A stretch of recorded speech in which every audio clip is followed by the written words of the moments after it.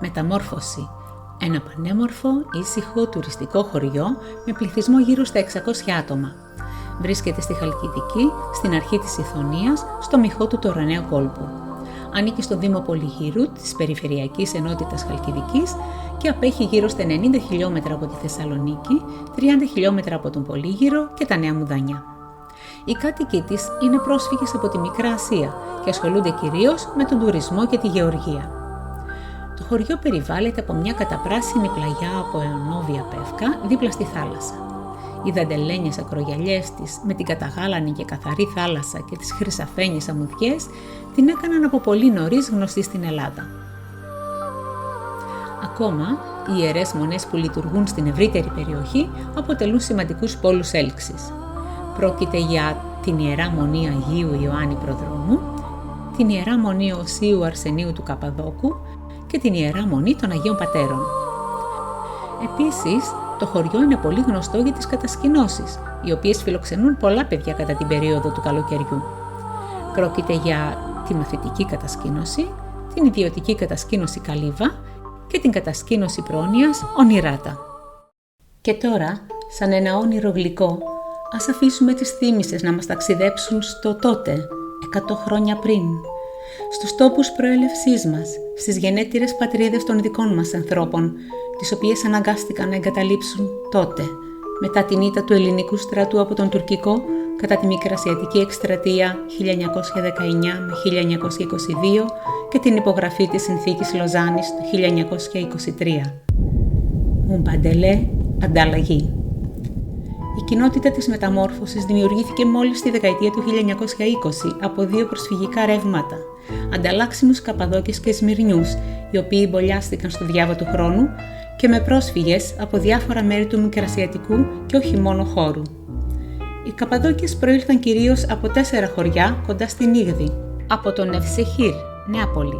Βρίσκεται δυτικά της Κεσάριας και είναι κτισμένη αμφιθεατρικά στην πλαγιά ενός βουνού. Περιοχή γεμάτη πανέμορφα τοπία, φαράγγια, εντυπωσιακούς σχηματισμούς βράχων και τρογλωδυτικούς οικισμούς. Τα Μάνταλα.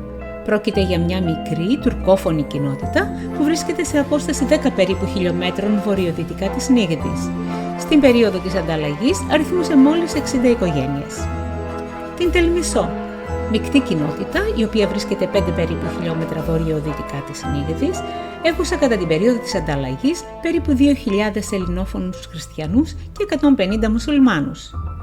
Και το Τένεϊ, κοινότητα 1.000 περίπου κατοίκων, η οποία βρίσκεται βόρεια της Νίγδης σε απόσταση 5 χιλιόμετρα, κτισμένη επί μεγαλοπρεπεστάτης καταφύτου τοποθεσίας με άφθονα ύδατα, επί ράχαιος αποτόμου βουνού και πλησίων αρχαίων ερειπίων.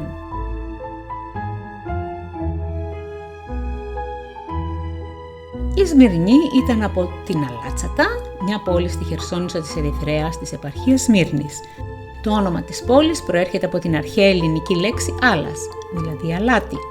Ιδρύθηκε στα μέσα του 17ου αιώνα από Έλληνες μετανάστες, κυρίως από τη Μάνη, οι οποίοι εγκατέλειψαν τα σπίτια τους λόγω της τουρκοκρατίας. Το Τσεσμέ, που είναι παραθαλάσσια πόλη και περιφέρεια στο δυτικό άκρο της Τουρκίας, βρίσκεται στα ανατολικά της Χερσονήσου της Ερυθρέας, 85 χιλιόμετρα δυτικά της Σμύρνης, απέναντι από τη Χίο. Το όνομά της οφείλεται σε μια μεγάλη βρύση, από την οποία ιδρεύονταν τα πλοία. Τουρκικά Τσεσμέ σημαίνει βρύση, κρίνη. Και το Αδραμίτιο, πόλη στη βόρεια άκρη ομώνυμου κάμπου και κοντά στο μειχό του Αδραμιτινού κόλπου. Απέχει από τη θάλασσα περίπου 6 χιλιόμετρα. Σύμφωνα με τους σωζόμενους πίνακες των αρμοδίων υπηρεσιών, της Γενικής Διεύθυνσης Στατιστικής Υπηρεσίας και φυσικά τις καταγεγραμμένες μαρτυρίες των πρώτων προσφύγων και ανταλλάξιμων, μια μικρή ομάδα οικογενειών προερχόμενων από 2 διαφορετικά μεταξύ τους σημεία του Μικρασιατικού χώρου ενώθηκαν και εγκαταστάθηκαν σε μια περιοχή το προσωνύμιο της οποίας ήταν Βόζινα, η οποία αποτελούσε τμήμα του μετοχείου της Ιεράς Μονής Διονυσίου Αγίου Όρους. 2 διαφορετικοί κόσμοι, ο Ρεσίβιος ο πρώτος από την Καπαδοκία και Παραθαλάσσιος ο δεύτερος από τα χωριά της Σμύρνης.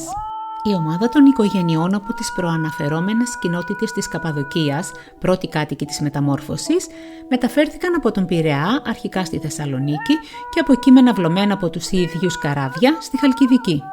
Πιο συγκεκριμένα αποβιβάστηκαν στην παραλία Λιβαδίτσι, λίγο πιο κάτω από τον σημερινό οικισμό των δασκάλων. Τόπος αφιλόξενος για τους ίδιους που δεν γνώριζαν τίποτε από θάλασσα. Κοιμήθηκαν την πρώτη μέρα στην αμμουδιά δίπλα στο κύμα, ενώ την επομένη, μέσα από κακοτράχαλα μονοπάτια, κουβαλώντας τις οικοσκευές τους, πορεύτηκαν προς το μοναστήρι του Αγίου Ιωάννη, μετόχοι της Μονής Διονυσίου του Αγίου Όρους. Η πορεία των προσφύγων από την περιοχή της Σμύρνης ήταν πολύ δυσκολότερη, μιας και εγκατέλειψαν το βιός τους κυνηγημένοι. Κατέφυγαν αρχικά στο λιμάνι Τσεσμέ και με τη βοήθεια ελληνικών καραβιών αποβιβάστηκαν στη Χίο. Από εκεί, ύστερα από ένα σχετικά μικρό χρονικό διάστημα, μεταφέρθηκαν στη Θεσσαλονίκη και με τη βοήθεια της ΕΑΠ, την Επιτροπή Αποκατάστασης των Προσφύγων, προς οριστική εγκατάσταση στην περιοχή της Κοζάνης. Τόπο φιλόξενο μεν, αλλά που δεν συμπάθησαν ποτέ, μιας και οι ίδιοι ήταν από περιοχές παραθαλάσσιες. Μετά από πολλαπλές διαμαρτυρίες τους, η ΕΑΠ από την Κοζάνη, δια της Θεσσαλονίκης, τους μετέφερε και τοποθέτησε στην περιοχή της Χαλκιδικής στο προαναφερόμενο μετόχι, μαζί και αντάμα με τους Καπαδόκες ανταλλάξιμους. Έτσι, απλά και ανάκατα, Καπαδόκες και Σμυρνοί πορεύτηκαν τα πρώτα βήματά τους με μια πρωτόφαντη ειρηνική συνύπαρξη. Διότι ο πόνος κοινός, κοινές οι αγωνίες, ο φόβος για το αύριο, αλλά και η πείνα. Εκεί παρέμειναν περίπου επί μία διετία, σε έναν επικοδομητικό συγχρονισμό, ώσπου ήρθε η στιγμή για την τελική απόφαση, πιεζόμενη μάλιστα από την ΕΑΠ, για την τελική λύση, στο πού και πώς θα επέμβει η πολιτεία για τη διευθέτηση του χώρου και την οριστική τους εγκατάσταση. Τότε λοιπόν δημιουργήθηκαν οι πρώτες και βασικές διενέξεις, διότι οι μεν Καπαδόκες ως ορεσίβιοι επιθυμούσαν την εκεί παραμονή και δημιουργία της κοινότητας, μέρος που απέχει σημαντικά από την παραλία. Τουν αντίον οι Σμυρνοί, εξοικειωμένοι φυσικά με τη θάλασσα, απαιτούσαν τη μεταφορά και εγκατάστασή τους δίπλα της. Άποψη που υπερίσχυσε. Μια ωραία πρωία, χωρίς καμιά ειδοποίηση, μετέφεραν τα πράγματά τους και έστησαν τις σκηνές τους στην παραλία της περιοχής, εκεί που είναι σήμερα η κεντρική πλατεία της μεταμόρφωσης, πράξη που συμπαρέσυρε και όλους τους υπόλοιπους λίγο αργότερα. Η πρώτη γνωστή ονομασία της κοινότητας ήταν Βόζινα, όπως προαναφέρθηκε. Πρόκειται μάλλον περί βουλγαρικής λέξεως, παραφθαρμένη στο διάβα του χρόνου, τη σημασία της οποίας κανείς δεν μπορεί να εξηγήσει. Αργότερα οι πρόσφυγες προέβησαν στην επιλογή νέου ονόματος του οικισμού κατόπιν ψηφοφορίας. Όσο για την ονομασία της τοπικής εκκλησίας, ναι μεν πήρε το όνομα του Αγίου Βασιλείου όπως επιθυμούσαν οι προερχόμενοι Καπαδοκίας, όμως οι προερχόμενοι από τις κοινότητες της Σμύρνης πίεσαν και τελικά τα κατάφεραν ο ναός να πάρει και δεύτερη ονομασία, αυτή της μεταμορφώσεως του Σωτήρος, που έντονα θύμιζε τις δικές τους κοινότητες. Σύμφωνα με μια δεύτερη εκδοχή, η ονομασία μεταμόρφωση αντιπροσωπεύει ακριβώς την πραγματική μεταμόρφωση της περιοχής.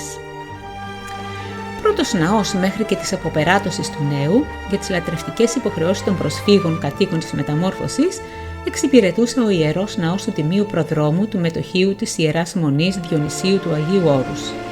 Η κατασκευή του νέου ναού άρχισε το έτος 1932 με την αποπεράτωσή του να ολοκληρώνεται στα 1937. Χρησιμοποιήθηκαν ακόμα και οικοδομικά υλικά προερχόμενα από παλιά κτίρια του Μετοχείου. Ο πρώτος σχολικός χώρος ήταν ένα απλό σχεδόν τετράγωνο κτίσμα, σπίτι επικισμού, περίπου 7x6 μέτρα, εκεί που σήμερα είναι κτισμένο το κτίριο της κοινότητας. Το χαρμόσυνο κάλεσμα του Κουδουνιού ήχησε για πρώτη φορά εκεί το 1927. Το νέο δημοτικό σχολείο κτίστηκε το έτος 1954 στην περιοχή όπου μέχρι και σήμερα λειτουργεί με τις απαραίτητες επεμβάσεις. Μιλώντας τώρα για τα παντοπολία που πρωτολειτουργήσαν, έχουμε να αναφέρουμε του Αθήρου Νικολάου, του Κενανίδη Χαράλαμπου και του Δημάκα Θανασίου. Στην κοινότητα επίσης λειτουργήσαν και τα παρακάτω καφενεία, του Μπάκα Ιωάννη, του Καμίλη Διαμαντή, του Τσερκεζίδη Σάβα και δύο εξάγονες ξυλοκατασκευές στην κεντρική πλατεία της κοινότητας, αριστερά του Γεωργιάδη Ιωσήφ, του επωνομαζόμενου και Πασά, και δεξιά του Τουρτόγλου Βασιλείου, του επωνομαζόμενου και Βασιλάκου.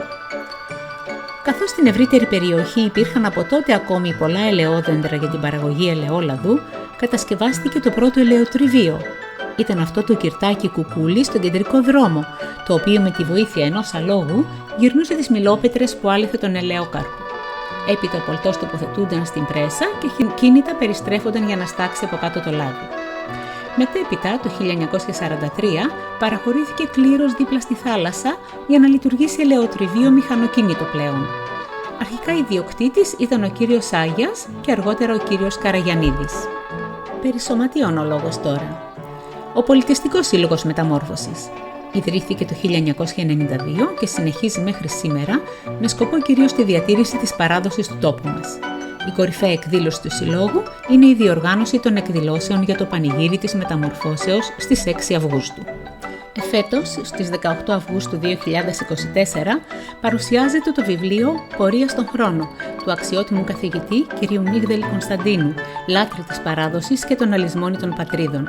Ένα εξαιρετικό πόνημα που δημιουργήθηκε σε συνεργασία με τον Πολιτιστικό Σύλλογο του χωριού ως φόρο τιμής για τα 100 χρόνια ύπαρξης της κοινότητας μεταμόρφωσης και, όπως αναφέρει χαρακτηριστικά ο συγγραφέας, προς όλους εκείνους, και ήταν μυριάδες, που άφησαν τα άγια εκείνα χώματα, τις δικές τους πατρίδες και ήρθαν εδώ πένητες και κατατρεγμένοι, που άφησαν τον μάτιο του το κόσμο με το νου κολλημένο προς τα εκεί, τις μνήμες να γενοβολάνε και τις αναμνήσεις να τους κυνηγάνε.